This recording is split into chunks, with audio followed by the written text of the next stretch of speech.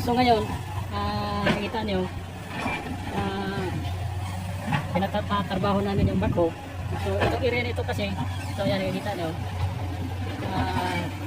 gagawin to namin kahit paano, yung swimming pool. So ito, i-describe ko lang, hindi naman ito pag mamayabang. Sa akin lang, at least makita sa ating mga kagalaan na yung tungkol sa bako, yung rate ng bako, tungkol sa renta niya. Alam naman natin ang magtatrabaho ng isang ganitong equipment na madali. So itong area na ito, gagawin namin itong swimming pool. So ito ngayon, pinapaumpisa na namin pagpa-clearing itong area na ito. Ito.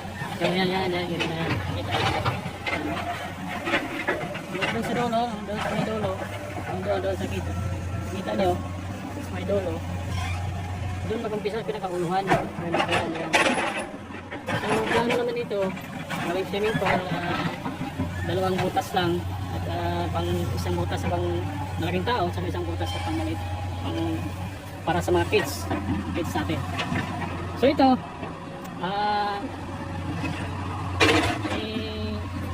i-describe ko lang. Itong bako na ito, nirentahan lang namin ito. Naghahanap kami ng medyo mura at kahit paano na nakakita kami na medyo nakamura kami kundi.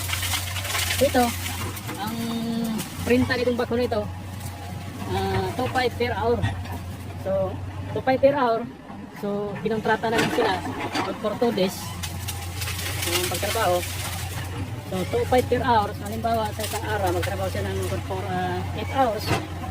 So meron na siyang sigurado na kita sa mayari ng bako nito. So nagpapatrabaho kami dito good for 2 days. So 8 hours bawat araw. So may ano siya, 16 hours. So loob ng 2 araw kasi mag-umpisa lagay natin 7 ng umaga hanggang alas 11. So tanghali naman alauna hanggang alas 4. So basta 2.5 ang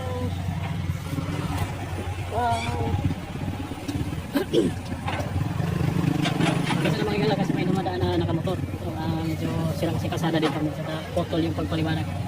So balikan natin yung rental ng bako, 2.5 per hour. So hindi pa kasala yung travel niya. Ang itong pinagalingan ng bako sa mga may mula dito sa barangay namin, nasa mga dating oras dito biyahe kung magmotor tayo. So may travel siya na bayad 10,000.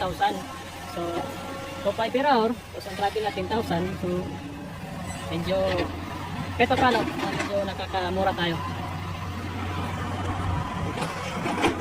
So ito,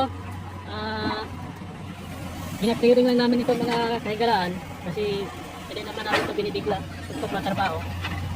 Kasi alam naman natin na ganitong setup, yung paggawa ng swimming pool, kailangan talaga na malaking budget. So dandahan lang, una i-clearing muna namin ito.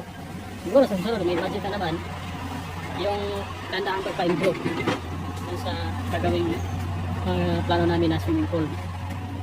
So ito ang namin dito, estimate, renta namin ito ng 20 hours. So 5 na yung per hour. Yung sabi ko kanina, sa 2 days, meron siyang 16 hours. Pero papakyaman na namin ito ng 20 hours para eksakto 50,000. Plus travel, 10,000 sa 60,000 lang mabayan namin dito. So dandahan lang mga igala, pag may plano tayong ganito, dandahan lang kasi medyo simple, alam naman natin medyo may kalagayan budget paggawa tayo ng ganito plano. So ito, ulitin ko lang, hindi naman pag-describe ito dito, pinapakita ko ito dito, hindi ito pagmayabang, kundi para sa atin na hindi kabisado yung ganitong equipment kung magkano pala yung renta, magkano per hour. So dito pagkaliwanag ko kung medyo mura yung per hour kung nandito ba ito. Pero sa mga standard na presyo talaga, kailangan ang regular rate talaga itong pagkakabenta natin. Wow, meron tayong project, mga ipapagawa. Kalimitan, nasa mga 3,500 or 4,000 per hour. Mga regular na rate talaga ng bako. Iba ko lang, iba, baka meron pang mataas na presyo. So ito, medyo, guys, ito na kami medyo nakamura kami dito sa yung bako na itong nirintahan namin.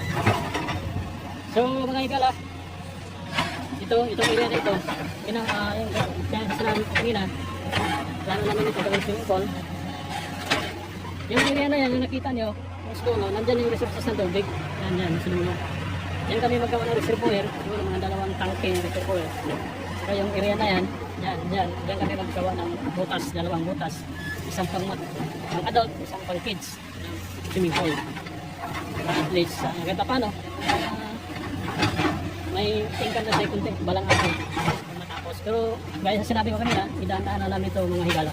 Kasi alam naman natin na napakalaki talaga yung budget ito kung magpagawa tayong ganito plano. So mga higala, para sa mga bago na channel ko, huwag lang kalimutan pag-subscribe, pag-pindot ng notification bell para updated kayo sa susunod na video. So ito, nakita niyo yung area na yan, dati ko na na-vlog yan, yung video na yan.